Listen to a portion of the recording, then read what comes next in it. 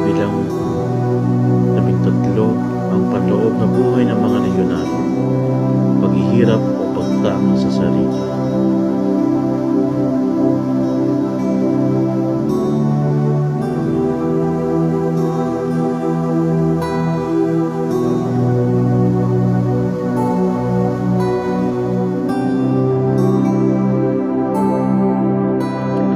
Maligayang pagdating sa unang linggo ng Kuwaresma, kasunod ng ating pagdiriwang ng Miyerkules ng Abono, Pebrero 18, tayo inaanyayahan na makibahagi sa malalahaning pagmuni-muni sa mga tema ng tukso at tagumpay laban sa kasalanan gaya ng nilalarawan sa Mateo.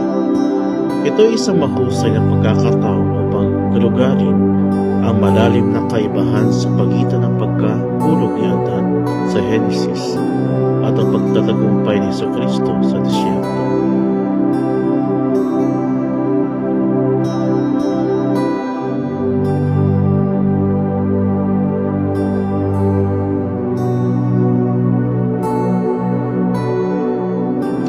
Bukod pa rito, ay kalawang pagbasa mula sa Roma ay nagkatag ng isang mahalagang teolohiko koleksyon. Pinalala sa atin ni San Pablo na habang ang kasalanan at kamatayan ay pumasok sa mundo sa pamamagitan ni Adan, ang biyaya at ang buhay na inialay sa pamamagitan ni Jesucristo ay higit na dakila. Ang pagtanggap sa kaalamang ito ay makapagbibigay sa atin ng kapangyarihan sa panahon ng ating pagkalakbay sa Kuwaresma habang naghahanap tayo ng pagbabago.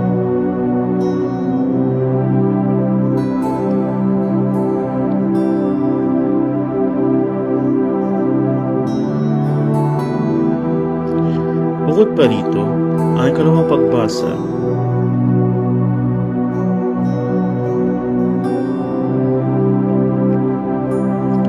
at ang mga simbahan ay nagbibigay inspirasyon sa atin sa pamamagitan ng pagbibigay diin sa pinili ni Jesus na lupigin ang Diablo, hindi sa pamamagitan ng banal na kapangyarihan kundi sa pamamagitan ng katwiran at pagsunod ng tao sa tradisyon at mistiko.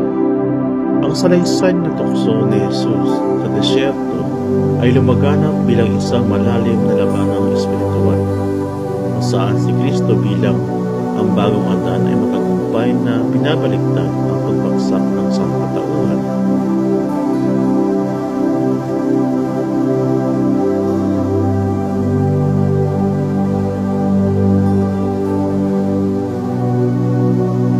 Ipinalala sa atin San Agustin na ang Diablo ay dinaing hindi sa pamamagitan ng kapangyarihan ng Diyos kundi sa pamamagitan ng katwiran na nagtuturo sa kanyang mga sundalo ang dapat na gamitin ang salita ng Diyos bilang isang kalasag. Gayon din binigyan diin ni St. Gregory the Great kung paano pinahintulutan ni Jesus ang kanyang sarili na pamunuan ng banal na espiritu upang harapin ang masamang espiritu na nagpapakita ng kanyang kusang loob na pagpapasakop sa plano ng Ama para sa ating kaligtasan.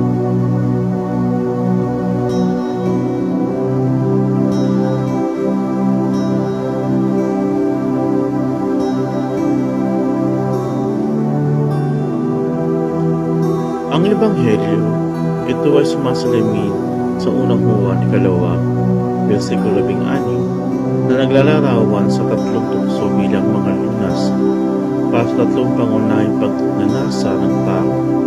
Ang una ay ang pagnanasa ng laman, mga bato o tinapay, kung saan inihayag ni Jesus na ang kasiyasiyang pisikal na pagnanasa hindi dapat maging sentro ng buhay na tumutugon sa spiritual na pagpapakain ng salita ng Diyos. Ang pangalawa ay ang lust of the eye, pinnacle of the temple, na binanggit ni St. John Chrysostom na nagmamasid ng tukso. Ito ay madalas na lumilitaw pagkatapos ng spiritual ng mga tagumpay na nagbabala laban sa pamamataas na maaaring sumunod.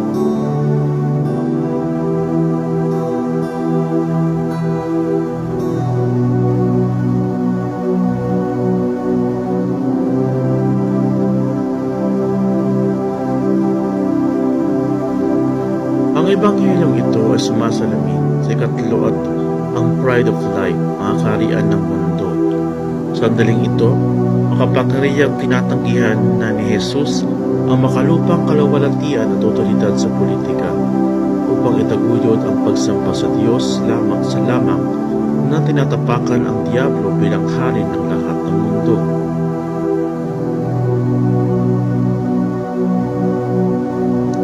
Gusto ko i-connecta ang unang linggo ng Ebanghelyo ng Kwaresma sa isang espesyal na mensahe para sa ating panahon.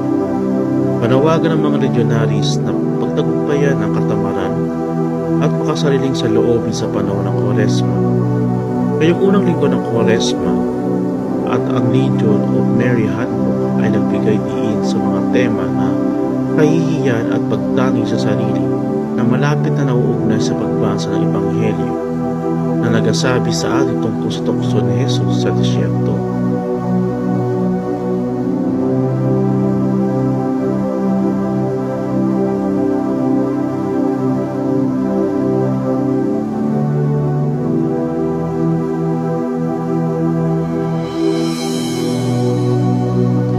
Hinihikayat ang banal na kasulatang ito ang lahat sa atin bilang mga lehenaryo na yakapin ang mga gawin ng pagpapahiya at pagtangi sa sarili.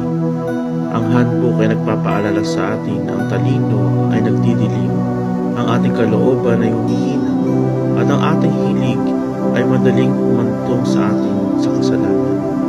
Ang Kwaresma ay isang mahalagang oras upang tumuon sa mga virtud na ito na sumasalamin sa 40 araw na pag-aayuno na ginawa ni Jesus.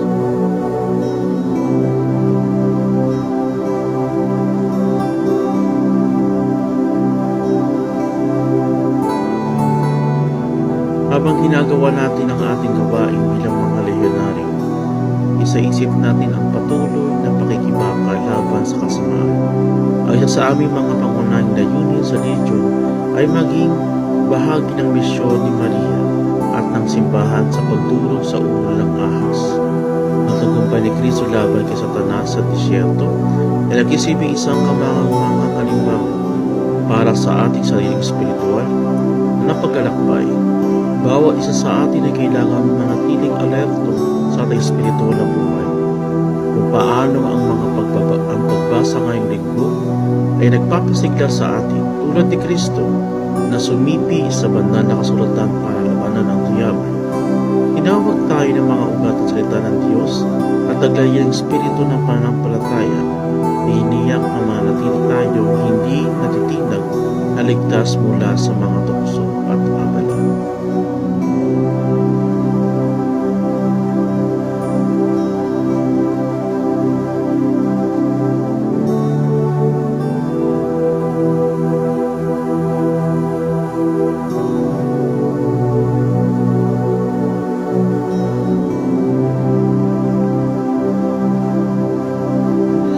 Sa lahat ng legionary, may posisyon ka man sa senior curia o junior curia o saan mang mahalagang tandaan na hindi tinutukoy ng ating mga tungkulin ng ating halaga.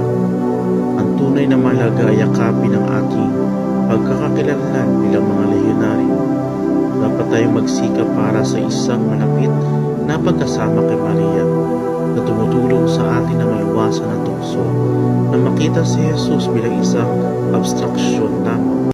Sa pamamagitan ng paglalakbay, sa pamamagitan ng Kwaresma, kasama niyang makakahanap tayo ng lakas na sumuko sa kalooban ng Diyos tulad ng ginawa niya. Tingnan natin ang inspiradong halimbawa ng lingkod ng Diyos, si Frank Dove, na nakapagtatag ng Legion of Mary. Habang magkasama tayo nagsimula sa espiritual na paglalakbay na ito.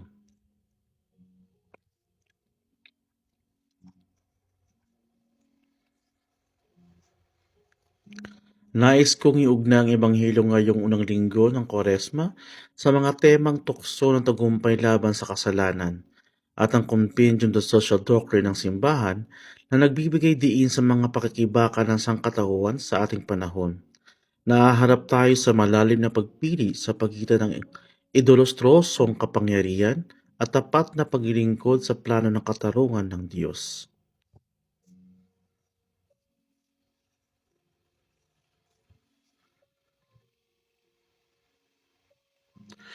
Pagnilayan natin ang pananaw ng compendium na ang pagbabago sa mga ugnayang panlipunan ay umaasa sa ating panloob na pagbabago kay Kristo. Isaalang-alang ang misyon ng paglilingkod sa pamamagitan ng pagtangi sa makamundong pangingibabaw. Inihayag ni Jesus na ang tunay na pamumuno sa lipunan ay tungkol sa paglilingkod sa iba kaysa sa pagharap sa pansariling pakinabang o pagsasamantala.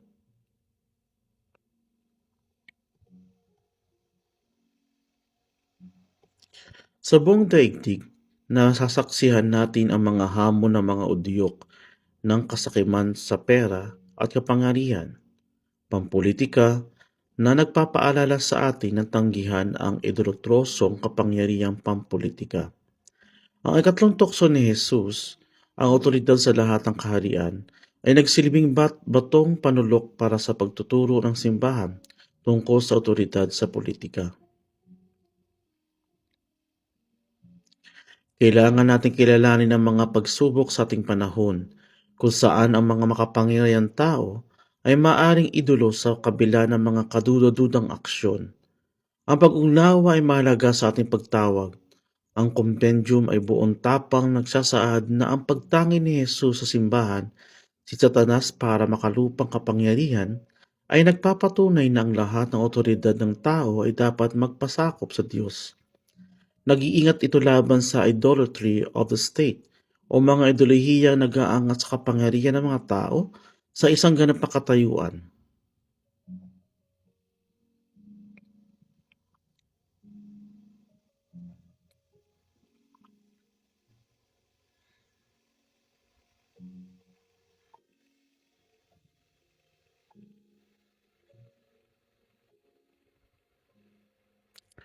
Muli, hey everyone, legionaries sa buong mundo, sa ating paglalakbay sa Kwaresma, magtulungan tayong lahat upang madaig ang anumang katamaran at makasariling sa loobin na maaari nating maranasan.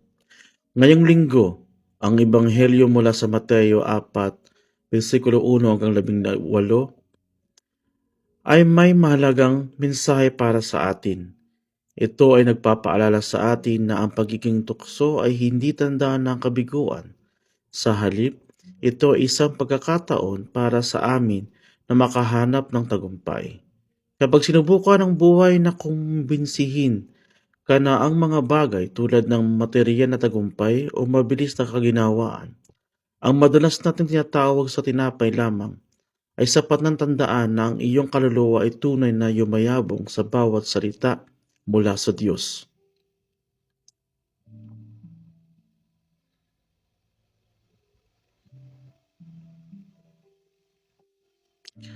Kaya ngayong Kwaresma, huwag kang mahiya sa mga ilang sandali na iyon.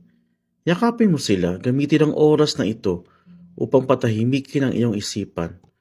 Muling ituon ang iyong puso at gamitin ang kamangamanghang lakas na nagmumula sa biyaya ng Diyos sa halip na umasa lamang sa iyong sariling pangsisikap. At laging tandaan, hindi ka nag-iisa sa disyerto. Ang parehong espiritu na gumabay kay Jesus ay nariyan mismo sa iyo. Suportahan natin ang isa't isa sa paglakbay na ito.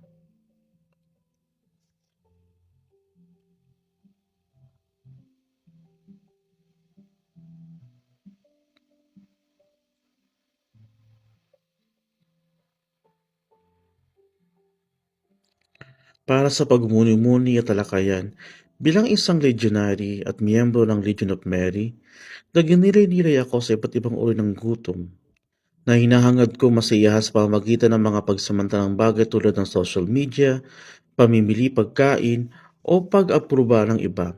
Ngayong Kwaresma, hinahangad kong pakainin ang aking kaluluwa ng salita ng Diyos. Sa halip na sumuko sa mga pandanayang pagnanasa, magsimula tayo sa isang paglalakbay upang pakainin ang ating sarili sa mas malalim at makabuluhang paraan.